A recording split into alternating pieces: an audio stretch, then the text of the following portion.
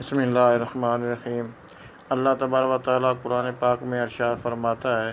ان اللہ لا یغفر ان یشرک بہ ویغفر ما دون ذلک لمن یشاء،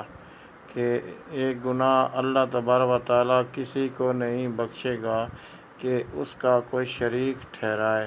ویغفر ما دون ذلک لمن یشاء،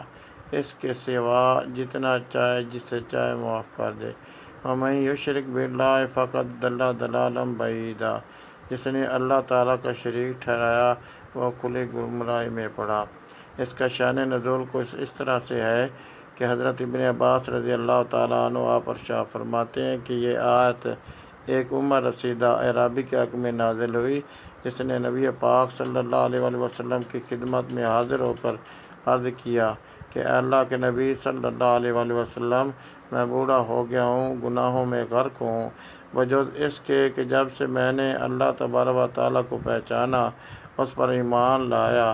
اس وقت سے کبھی میں نے اس کے ساتھ شریک نہیں کیا اور اس کے سوا کسی اور کو ولی نہیں بنایا، اور جرأت کے ساتھ گناہوں میں مبتلا نہیں ہوا،